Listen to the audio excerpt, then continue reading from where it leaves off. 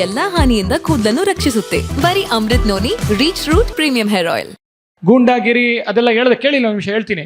ಅದೆಲ್ಲ ಏನು ಅಂತಂದರೆ ಒಂದು ಸಾಮಾಜಿಕ ಜಾಲತಾಣ, ಇವತ್ತು ಒಂದು ಅದ್ಭುತವಾದ ಒಂದು ಸಾಮಾಜಿಕ ಜಾಲತಾಣ ನಡೀತಾ ಇರೋದು. ಸಾಮಾಜಿಕ ಜಾಲತಾಣದಲ್ಲೇ ಇದೆಲ್ಲ ನಡೀತಾ ಇರೋದು, ಬೇರೆ ಎಲ್ಲೂ ನಡೀತಾ ಇಲ್ಲ.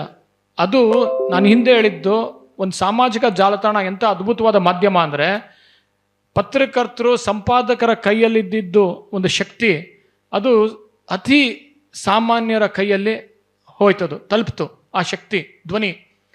ಎಲ್ಲ ಒಂದು ಹಳ್ಳಿನಲ್ಲಿ ಕೂತ್ಕೊಂಡು ಒಂದು ಚಿತ್ರ ವಿಮರ್ಶೆ ಮಾಡ್ಬೋದು, ಒಂದು ರಾಜಕೀಯದ ಬೆಳವಣಿಗೆ ಬಗ್ಗೆ ಮಾತಾಡ್ಬೋದು, ಅಥವಾ ಯಾವುದೇ ಒಂದು ವಿಷಯ ಇರ್ಬೋದು, ಅವರ ಧ್ವನಿಯನ್ನು ನೀಡ್ಬೋದು ಸಾಮಾಜಿಕ ಜಾಲತಾಣದಲ್ಲಿ. ಈ ಥರ ಒಂದು ಅದ್ಭುತವಾದ ಶಕ್ತಿ ಇವತ್ತು ಮಿಸ್ಯೂಸ್ ಆಗ್ತಾ ಇದೆ. ಅದರ ಬಗ್ಗೆ ಸರ್ಕಾರ ಗಮನ ಹರಿಸ್ಬೇಕು. ಅದು ಗಮನ ಹರಿಸಿದ್ರೆ ಸಾಮಾಜಿಕ ಜಾಲತಾಣ ಉಳಿಯುತ್ತೆ. ಇಲ್ಲ ಅಂತಂದರೆ ಇದೇ ಥರ ಕೆಟ್ಟೋಗುತ್ತೆ. ಮತ್ತು ನೀವು ಹೇಳ್ತಾ ಇದ್ದೀರಲ್ಲ, ಈ ಥರ ಅಶ್ಲೀಲವಾದ ಮೆಸೇಜ್ ಹಾಕೋದು, ಈ ಘಟನೆ ನಡೀತಾ ಇರಲಿಲ್ಲ. ಈ ಘಟನೆನೇ ನಡೀತಾ ಇರಲಿಲ್ಲ. ಯಾಕೆ ಅಂದರೆ ಈ ಅಶ್ಲೀಲವಾದ ಮೆಸೇಜ್ಗಳು ಹಾಕೋದು, ಅಶ್ಲೀಲವಾದ ವಿಷಯಗಳು ಮಾತಾಡೋದು, ಅಶ್ಲೀಲವಾದ ಭಾಷೆಯನ್ನು ಉಪಯೋಗಿಸೋದು, ಇದಕ್ಕೆಲ್ಲ ಯಾರೂ ಕಡಿವಾಣ ಆಗ್ತಾ ಇಲ್ಲ. ನಮ್ಮ ಪತ್ರಕರ್ತರಿಗೆಲ್ಲ ಇವತ್ತು ಡಿಫಮೇಷನ್ ಅಂತ ಇದೆ, ನಮಗೆ ಕಡಿವಾಣ ಇದೆ. ನಾವು ಬೇಜವಾಬ್ದಾರಿಯಾಗಿ ಬರೆಯೋಂಗಿಲ್ಲ.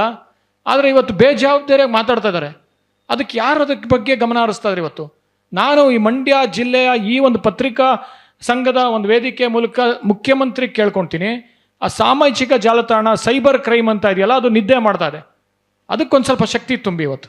ಅದರಿಂದಾನೇ ಸಾಕಷ್ಟು ಯುವಕರು ಇವತ್ತು ಡಿಪ್ರೆಷನ್ಗೆ ಹೋಗಿದ್ದಾರೆ, ಸಾಕಷ್ಟು ಜನ ಸೂಸೈಡ್ ಮಾಡ್ಕೊಂಡಿದ್ದಾರೆ, ಸಾಕಷ್ಟು ಜನ ಯುವಕರು ಅವರು ಏನು ಓದಬೇಕು ಅದು ಓದ್ತಾ ಇಲ್ಲ. ಈ ಒಂದು ಅಶ್ಲೀಲವಾದ ಭಾಷೆಯ ನಡುವೆ ಬಾಳ್ತಾ ಇದ್ದಾರೆ. ಈ ಥರ ಒಂದು ಸಮಾಜದಲ್ಲಿ ನಮ್ಮ ಮುಖ್ಯಮಂತ್ರಿಯವರು ಏನು ಮಾಡ್ತಾ ಇದ್ದಾರೆ? ಅದ್ರ ಬಗ್ಗೆ ಗಮನ ಹರಿಸ್ಬೇಕು. ಇವತ್ತು ಆ ಒಂದು ಸೈಬರ್ ಕ್ರೈಮನ್ನು ಒಂದು ಸ್ವಲ್ಪ ಶಕ್ತಿ ತುಂಬಬೇಕು. ಅದಕ್ಕೆ ಇಮಿಡಿಯೇಟ್ ಎಫೆಕ್ಟಾಗಿ ಆ್ಯಕ್ಷನ್ ತೊಗೋಬೇಕು. ನಾನು ಒಬ್ಬ ಪತ್ರಕರ್ತನಾಗಿ ಈ ಹಿಂದೆ 2021 ಘಟನೆ ಆಯ್ತಲ್ಲ, ಆವಾಗ ಇದೇ ಮಂಡ್ಯ ಜಿಲ್ಲೆಯ ಒಬ್ಬ ಯುವಕ 10 ಫೋನ್ ಇಟ್ಕೊಂಡಿದ್ದ. 10 ಫೋನಲ್ಲಿ 150 ಅಕೌಂಟು, ಎಲ್ಲ ಪ್ರೈವೇಟ್ ಅಕೌಂಟ್ಸು. ಅಶ್ಲೀಲವಾದ ಚಿತ್ರಗಳು ನಂದು ಹಾಕಿದ. ಆ ಚಿತ್ರಗಳು ಹಾಕ್ಕೊಂಡು ನಾನು ಕೇಸ್ ಹಾಕಿದೆ. ಕೇಸ್ ಹಾಕ್ಬಿಟ್ಟು ಆ ಹುಡುಗನ ಅರೆಸ್ಟ್ ಮಾಡಿದೆ. ಪಾಪ ಯುವಕ ಅರೆಸ್ಟ್ ಮಾಡಿಸಿ ಪೊಲೀಸವ್ರು ಕರ್ಕೊಂಬಂದು ಅವನ ಕ್ಲಾಸ್ ತೊಗೊತಾ ಇದ್ರು.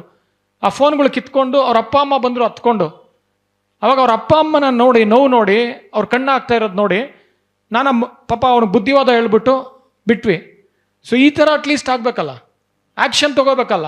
ಯಾರು ತೊಗೊಳ್ತಾ ಇದ್ದಾರೆ ಈ ಸಾಮಾಜಿಕ ಜಾಲತಾಣದ ಬಗ್ಗೆ ಒಂದು ಆ್ಯಕ್ಷನ್ನು? ಅದೇ ಇವತ್ತು ಅನಾಹುತ ಆಗ್ತಾ ಇರೋದು. ಅಶ್ಲೀಲವಾದ ಭಾಷೆ, ಅಶ್ಲೀಲವಾದ ಫೋಟೋ, ಅಶ್ಲೀಲವಾದ ಲ್ಯಾಂಗ್ವೇಜು, ಕೆಟ್ಟ ಕೆಟ್ಟ ಪದಗಳು, ಈ ಮಧ್ಯೆ ನಮ್ಮ ಮಕ್ಕಳು ಬೆಳೀತಾ ಇದ್ದಾರೆ. ಅದಕ್ಕೆ ಫಸ್ಟ್ ಕಡಿವಾಣ ಹಾಕಬೇಕು. ಈ ಸೈಬರ್ ಕ್ರೈಮಿಗೆ ಶಕ್ತಿ ನೀಡಬೇಕು ಮತ್ತು ಇಮಿಡಿಯೇಟ್ ಆ್ಯಕ್ಷನ್ ತೊಗೋಬೇಕು. ನೀವು ಹೇಳ್ತಾ ಇರಲ್ಲ, ಅಭಿಮಾನ ಸಂಘದೊಳಗೆಲ್ಲ 150 ಫಾಲ್ಸ್ ಅಕೌಂಟ್ಸ್, ಇದರಿಂದ ಪ್ರೈವೇಟ್ ಅಕೌಂಟಿಂದ ಪೋಸ್ಟ್ ಮಾಡೋದಕ್ಕೆ ಆ್ಯಕ್ಷನ್ ತೊಗೊಂಡು ಅದ್ರ ಬಗ್ಗೆ ಮುಖ್ಯಮಂತ್ರಿಯವರು ಗಮನ ಹರಿಸ್ಬೇಕು.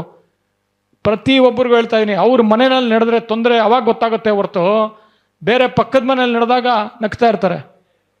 ಅವ್ರ ಮನೆಗಳಲ್ಲಿ ಮಂತ್ರಿಗಳು, ಮುಖ್ಯಮಂತ್ರಿ ಮನೆಗಳು ನಡೆದ್ರೆ ಮಾತ್ರ ಅವ್ರು ಆ್ಯಕ್ಷನ್ ತಗೊಳ್ತಾರೆ ಹೊರತು ಸಾಮಾನ್ಯರ ಮನೆಯಲ್ಲಿ ನೋಡಿದಾಗ ನಕ್ಕೊಂಡು ಅವ್ರ ಕೆಲಸಗಳು ಮಾಡ್ತಾ ಇರ್ತಾರೆ. ಇವತ್ತು ಒಂದು ಜವಾಬ್ದಾರಿಯುತವಾದ ಸ್ಥಾನದಲ್ಲಿದ್ದಾಗ ಸೈಬರ್ ಕ್ರೈಮ್ಗೆ ಶಕ್ತಿ ನೀಡಬೇಕು ಮತ್ತು ಅದ್ರ ಬಗ್ಗೆ ಆಕ್ಷನ್ ತಗೋಬೇಕು. ಇವಾಗ ನನ್ನ ಜೀವನದಲ್ಲಿ ನಾನು ಮಾತ್ರವಲ್ಲ, ನನ್ನ ಕೂದಲು ಕೂಡ ಆಗಿರ್ಬೇಕು ಸ್ಟ್ರಾಂಗ್ ಅಂಡ್ ಸ್ಟೈಲಿಶ್.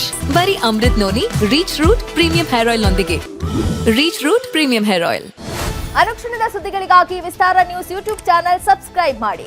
ಹೊಸ ಸುದ್ದಿಗಳ ನೋಟಿಫಿಕೇಶನ್ಗಾಗಿ ಬೆಲ್ ಐಕಾನ್ ಕ್ಲಿಕ್ ಮಾಡಿ.